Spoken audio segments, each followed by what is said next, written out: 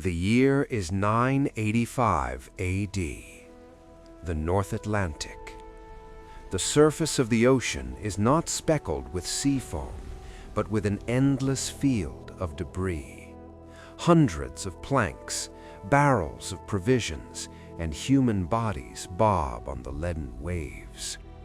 This is the price of a single dream. Just a few weeks ago, an armada of 25 dracars departed from Iceland. Crowded onto their decks were 700 people who had placed their faith in the promise of a new life. But the elements have delivered their verdict. Only 14 ships will make it to shore. The rest have been swallowed by the abyss or forced to turn back by the storm. The leader who guided this flotilla toward disaster was named Erik Thorvaldsson, but the world will remember him by a different name, Erik the Red. History textbooks paint the portrait of a great explorer, a fearless Viking who pushed back the boundaries of the known world, a navigator who gifted humanity with Greenland. But this is the grandest of illusions. Let us look into the judicial records of that era. Appearing there is not a hero, but a hardened criminal. In the lists of the Icelandic Thing, he was marked as a serial killer, an outcast whom any passerby could kill with impunity. Erik the Red did not discover Greenland out of a thirst for knowledge. He steered his ship into the icy unknown for one single reason. There was nowhere left on this planet for him to hide. In this episode, we will dissect the anatomy of the grandiose escape that became a triumph. You will see how a dispute over wooden posts provoked a massacre and led to the discovery of a new continent. Why Erik pulled off history's first marketing scam by naming an icy wasteland Greenland, and what personal war this powerful chieftain crashed and burned in against his own wife. Before us lies not a story of heroism. This is a saga about destructive energy that reshapes world maps. The rage of one man, rejected by society, forced him to build an empire where others saw only death.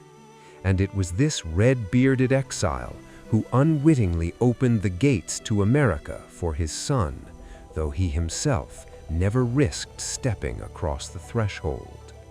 Brace yourselves. We are beginning a voyage soaked in blood and bound in ice.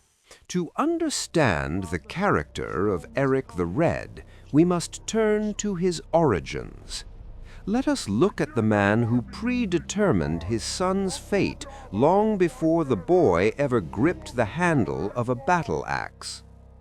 His father was named Thorvald Asvaldsson, and Erik inherited every trait of his turbulent temper.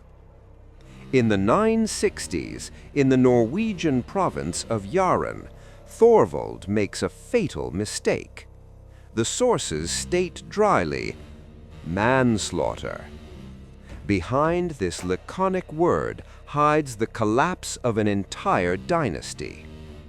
Asvaldsson didn't just take a man's life, he stripped his own son of a future in their native lands. The Thing, the People's Assembly, delivers a merciless verdict: banishment. Scandinavia in those years is seething.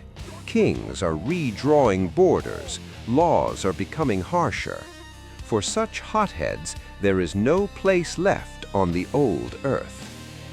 Imagine young Erik.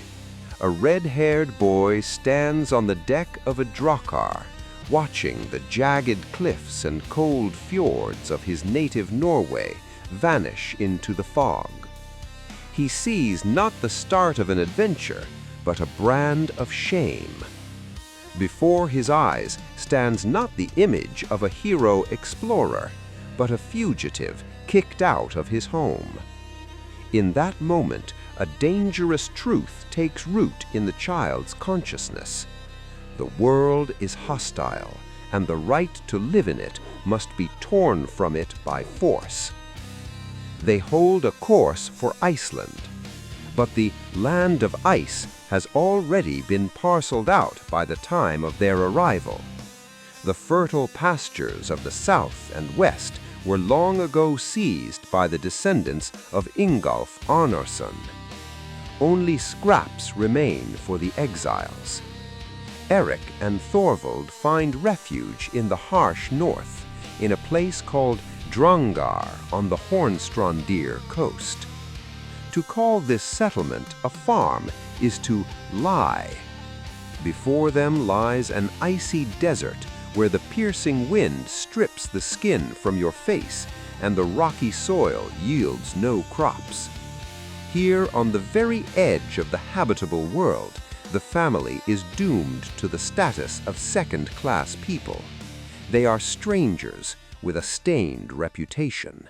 Thorvald believed that fleeing Norway would save his family and bring peace in a new land, but the demon followed him. The harsh conditions of the north did not humble his son's pride. They tempered it, twisting it into fury. His father died in Drangar, never having seen prosperity. Erik inherited only bad blood and a patch of barren earth. However, after his father's death, the Red attempts to flip the script. He takes a wife, Kjothild, a girl from a noble lineage, and moves south to the Hakadal Valley. There, he clears the forest and erects the homestead of Erikstadir. It seems life is entering a peaceful channel. Yesterday's outcast is transforming into a respected bond. But Erik forgot an important detail. One can leave the icy north, but it is impossible to banish the cold from one's own soul. The neighbors see him not as an equal, but merely as the offspring of a killer, and soon Thorvald's old demon demanded new blood. Farming requires patience and diplomacy, qualities Erik never possessed. His household ran exclusively on the labor of slaves, and it was they who became the spark that blew up the powder keg. One day, Erik's slaves working on a slope triggered a landslide. Mud and stones crashed down onto the neighboring farm of Valtjof. In civilized Iceland, such disputes were usually settled with silver at the thing, but the relative of the victim, Eyjolf the Foul, had different ideas about justice. Eyjolf didn't go to court. He took a sword and personally executed the slaves like stray dogs. For Erik, this was not just material damage, but a public humiliation.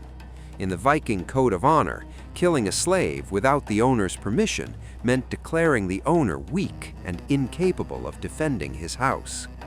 Thorvald's son did not wait. Seeking no mediators, he donned his chainmail and on that very day sent Eyjolf to his ancestors. For good measure, Erik also cut down the duelist Hrafn, who had the carelessness to intervene on the killer's behalf. Iceland shuddered at this act of violence.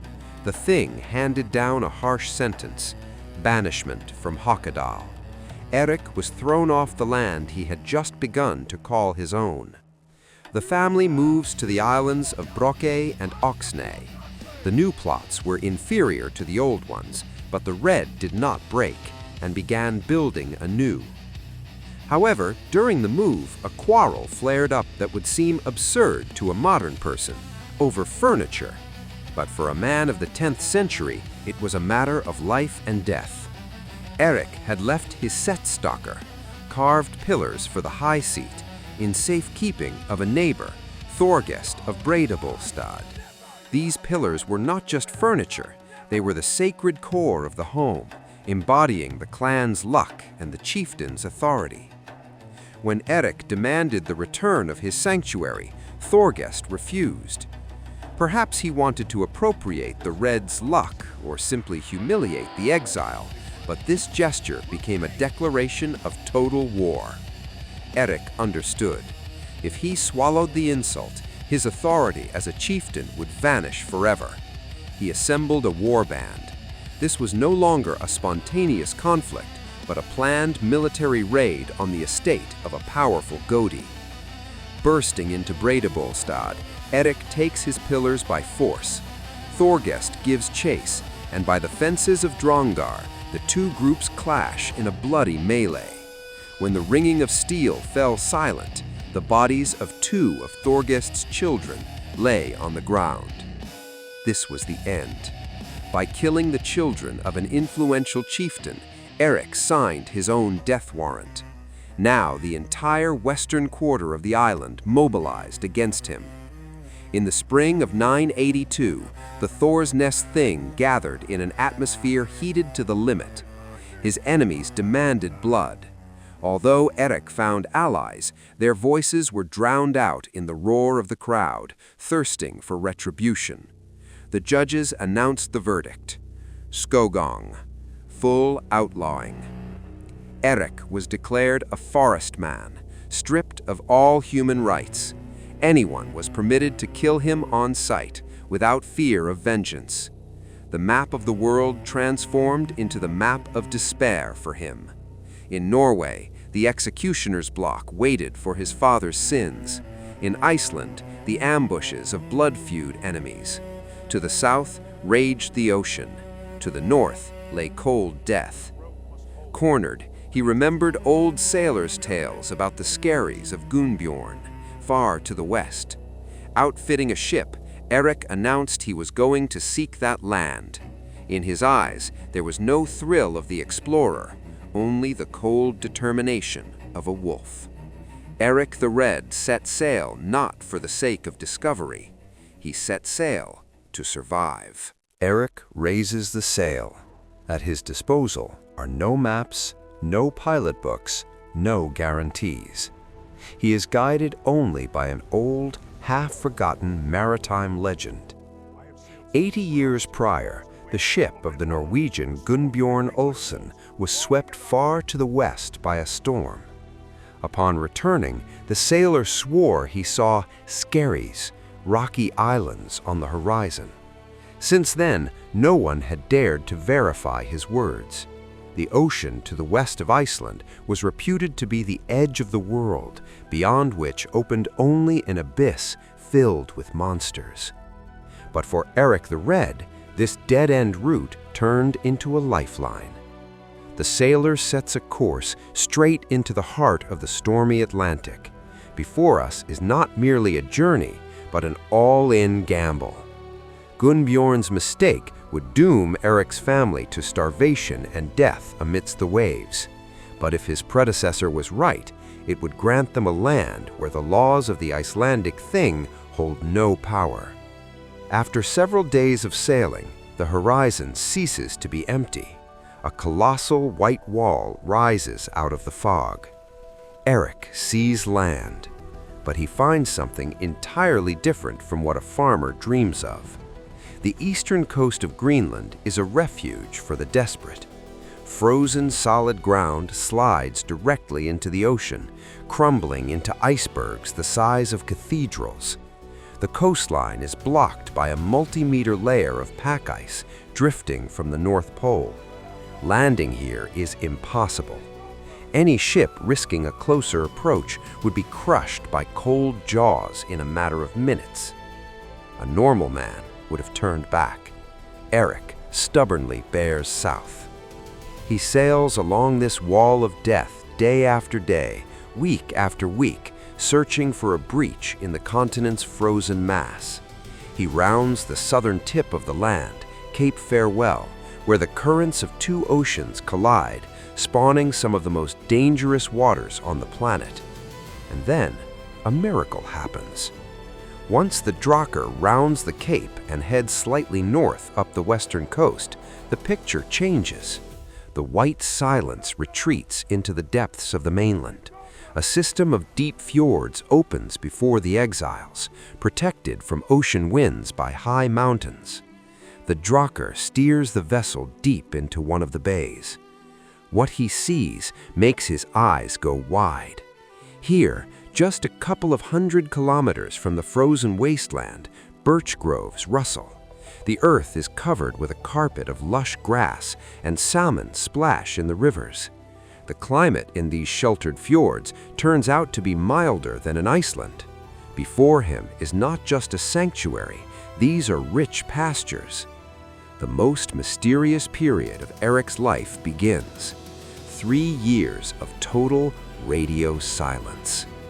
While Iceland considers him dead and his enemies divide the remains of his property, the exile methodically explores his new domain.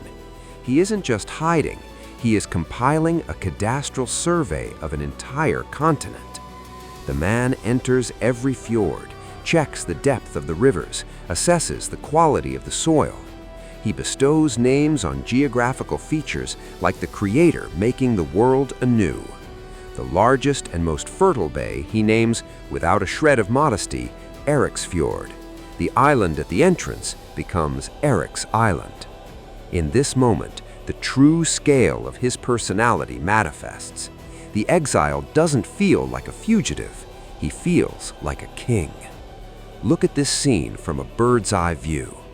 The vast crystalline dome of Greenland, crushing all life, hangs over a narrow strip of existence, and down below, on a green meadow, stands a solitary red-bearded man. Legally, he is a rightless outcast whom anyone is free to kill like a rabid dog. Factually, he is the sole owner of a territory exceeding the size of all Europe. But for Erik the Red, a simple truth becomes apparent.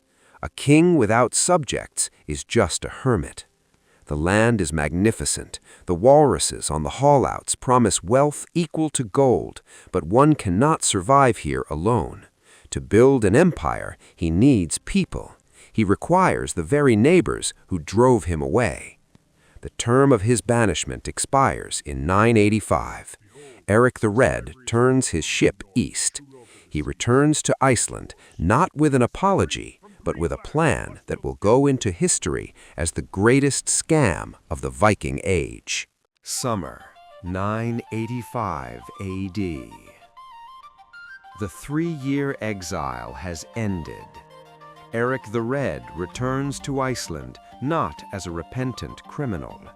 The exile steps onto the shore of Breiðafjord like a prophet. The crisis in Iceland plays into his hands. The island is literally suffocating. The best territories have long been divided among influential clans, leaving only stones and heather for the youth and younger sons. Additionally, the sagas hint at prolonged years of famine. Embittered settlers, stripped of prospects, crave change. And then, Erik appears. He brings not just stories, but a dream.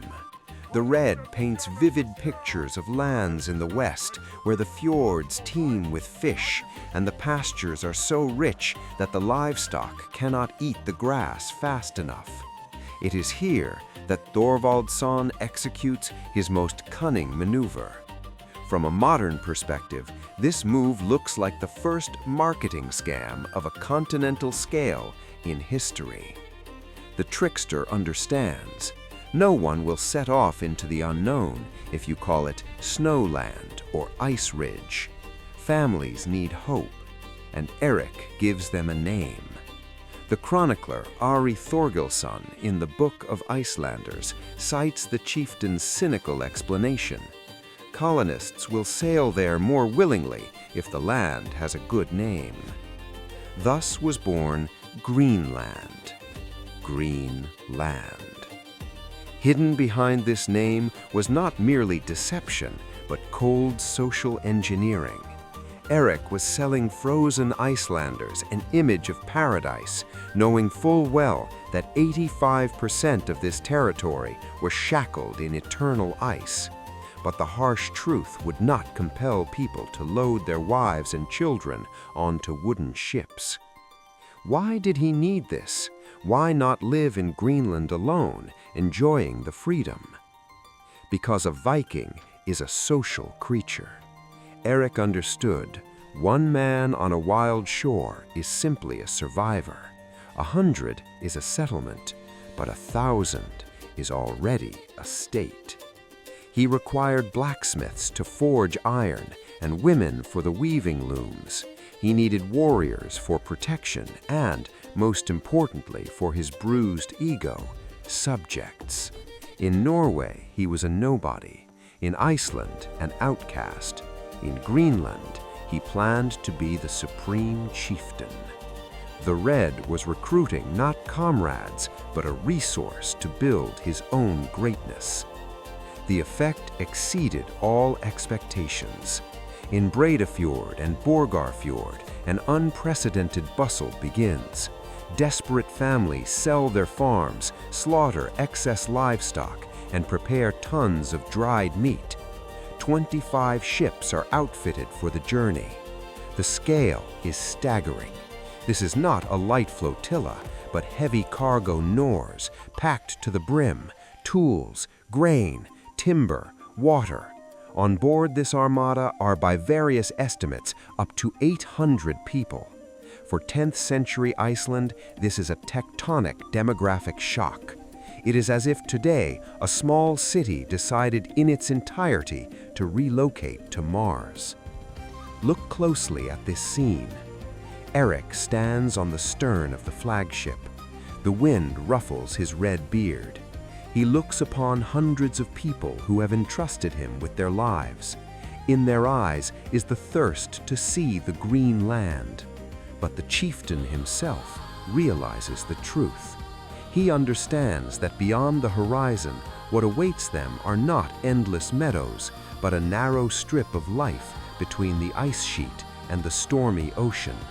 He is leading them to one of the most severe regions on the planet. But it is too late to retreat. The sails are filled. The anchors are weighted. The greatest expedition of the Viking Age leaves the harbor to meet its fate.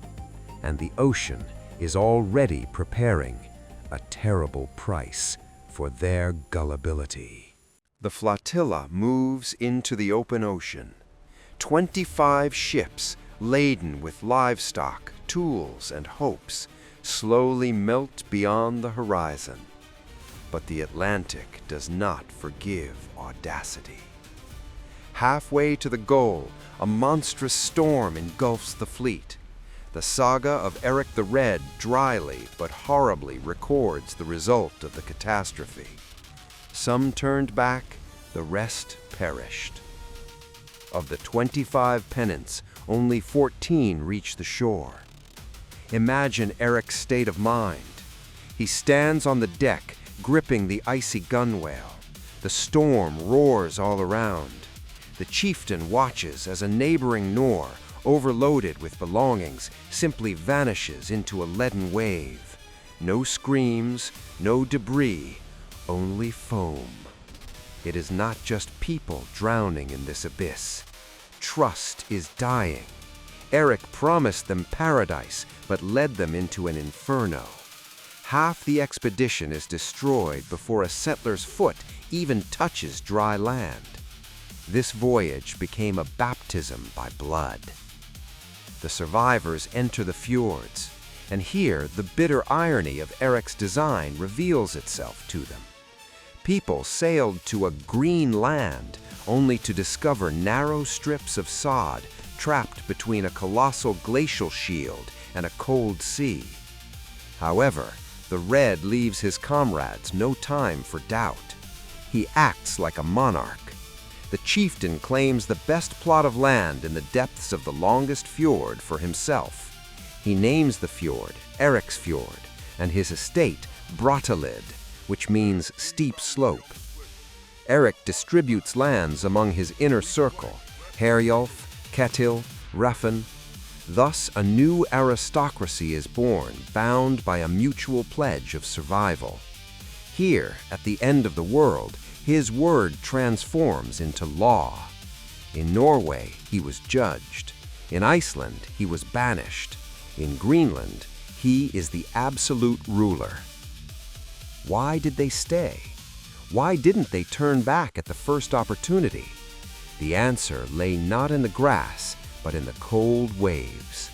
Erik found what would become the oil of the Middle Ages, Walrus Ivory. The northern waters teemed with the beasts. Their tusks were valued in Europe by their weight in gold. From this material, masters carved chess pieces for kings and ornaments for altars. DNA analyses confirm, for centuries, it was Greenlandic ivory that held a monopoly on the market. Erik the Red built not just a farm, he created a global trading post. The Greenlanders transformed into hunters of sea monsters.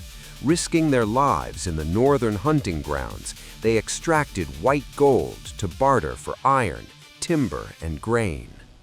But behind the facade of a trading empire lay an endless war with the climate. There is no forest here. Houses are erected from stone and sod, with walls 2 meters thick to hold the heat. Timber is merely rare driftwood cast up by the surf, a treasure for which one could be killed. Archaeologists who studied Brattahlid found traces of a desperate struggle for existence. The Vikings tried to raise cattle as they did in their homeland, but the harsh winters dictated their own rules. Over time, the proud masters of pastures, dreaming of beef, were forced to switch to a diet of seal meat. This was the true price of the Greenland dream. Erik the Red sits in his longhouse. Outside, the Arctic wind rages. The chieftain is wealthy, powerful. He has founded an entire country. But inside his family, a schism is already maturing that will strike harder than any axe. His wife, Thjodeld, has accepted a new faith brought by their son. Years pass, and Greenland grows stronger.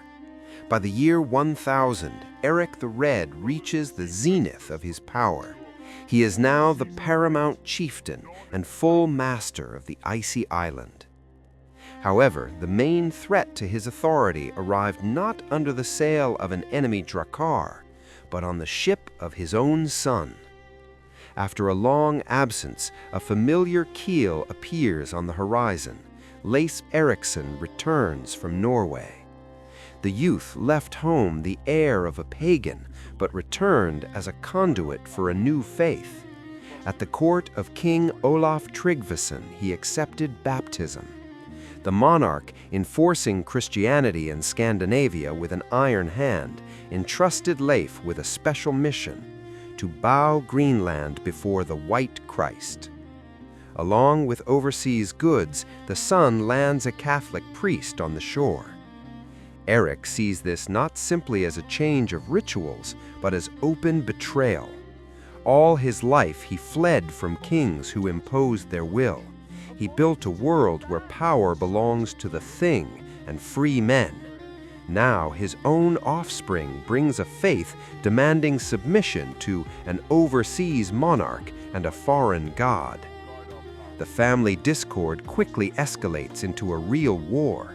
Thjodeld, Erik's spouse, becomes imbued with the sermons and is baptized with the frantic passion of a neophyte. The sagas describe what followed with a frankness rare for that era. Thjodeld issues a hard ultimatum to her husband. She refuses to share a bed with an infidel pagan. Just imagine the chieftain's fury. The man whose word is recognized by hundreds of stern settlers proves powerless in his own deadroom. She who shared his exiles and icy storms declares a boycott against him. The saga notes concisely but aptly, Erik did not like this at all. His wife demands a church be built. Reluctantly, the chieftain agrees, but sets a condition: the structure must not be an eyesore to him. Thus arises Thjodhildarkirkja, a tiny temple of turf and wood. Archaeologists have confirmed the foundation of the church is positioned so that it cannot be seen from the threshold of the longhouse. The old Viking stubbornness was frozen in stone. While passions rage in Brattahlid, a new scheme matures in the port. The mariner Bjarni Herjolfsson, having lost his way, saw wooded shores to the west. This tale deprives Leif of sleep. Greenland desperately needs timber. Without it, ships cannot be built or repaired. The mysterious land promises not just glory, but colossal wealth. The younger Eriksson buys Bjarni's ship and gathers a crew. But a simple captain is not enough for the crew. The people need a living symbol of luck. They beg Erik to lead the expedition. The old man refuses, insisting his time has passed. But the adventurer still lives in the chest of the chieftain. The thirst for the unknown outweighs his grumbling, and he agrees to board the deck. The day of departure arrives. Dressed in his finest clothes, Erik hides a chest of gold, an offering to the spirits or a deposit of his former power. He saddles his horse to cover the distance from his threshold to the dock. And in that moment, the irreparable happens. The steed stumbles on level ground. The chieftain flies from the saddle, crashing onto the rocky soil with a thud. The sagas dispassionately record broken ribs, a damaged shoulder. For a Viking, this is not just an injury, but a bad omen. Through the sharp pain piercing every breath, Erik realizes the gods have turned away from him. Lying in the dust and gritting his teeth, he utters the words that became the epitaph of his journey. It is not fated that I should discover more lands than the one on which we now live. Here our path ends. The old man returns to the house, where his wife prays to a foreign god, and his damaged bones remind him of the approaching end. He remains in the past, while Leif steps onto the board. In this scene lies the finale of a great drama. Erik the Red, exile and rebel, created the necessary bridgehead. Without Greenland, without this jump-off base in the middle of the ocean, the further leap to the west would have been impossible. He led his people to the very edge of the habitable world. But crossing the line and discovering America is destined for a different generation. For those who do not run from justice, but seek new horizons. Leif's ship casts off. Erik the Red remains on the shore, his gaze following the sail as it departs into history. Erik the Red stayed on the shore, a man whose life turned into an endless chain of violence and escapes achieved the impossible. He didn't just survive at the edge of the world, he subdued an icy desert. The colony he created would last nearly 5 centuries. This duration exceeds the age of the modern USA and surpasses the lifespan of the British Empire. Erik's principles were striking in their simplicity and severity. If the world rejects you, build your own. The Greenland turned into a sanctuary for those unwilling to submit to kings and pay taxes. He formed a society that thrived on hunting sea monsters and selling their precious tusks to the monarchs of Europe. A paradox, the man who chased the horizon all his life froze at the final line. He never stepped onto the deck of the Drakkar, leaving for new lands. The chieftain fulfilled his mission. He erected the springboard from which the Norsemen would make their greatest leap. The legacy of the red-headed outcast does not gather dust in archives. It defines the agenda of the present day. Modern maps once again place this island at the center of the geopolitical ambitions of world powers. A millennium ago, Erik supplied Europe with white gold, walrus ivory. Today, the stakes have risen exponentially. Beneath the thick ice that once frightened the Norsemen lie the richest deposits of rare earth metals, the oil of the 21st century, essential for producing smartphones and fighter jets.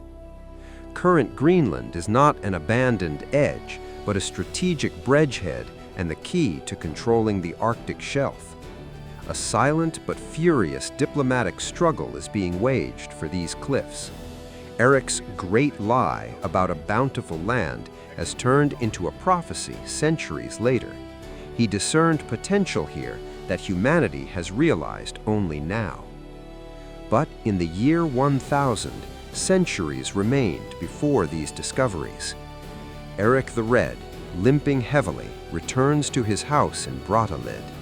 The era of the founding father is finished. The time of the son arrives.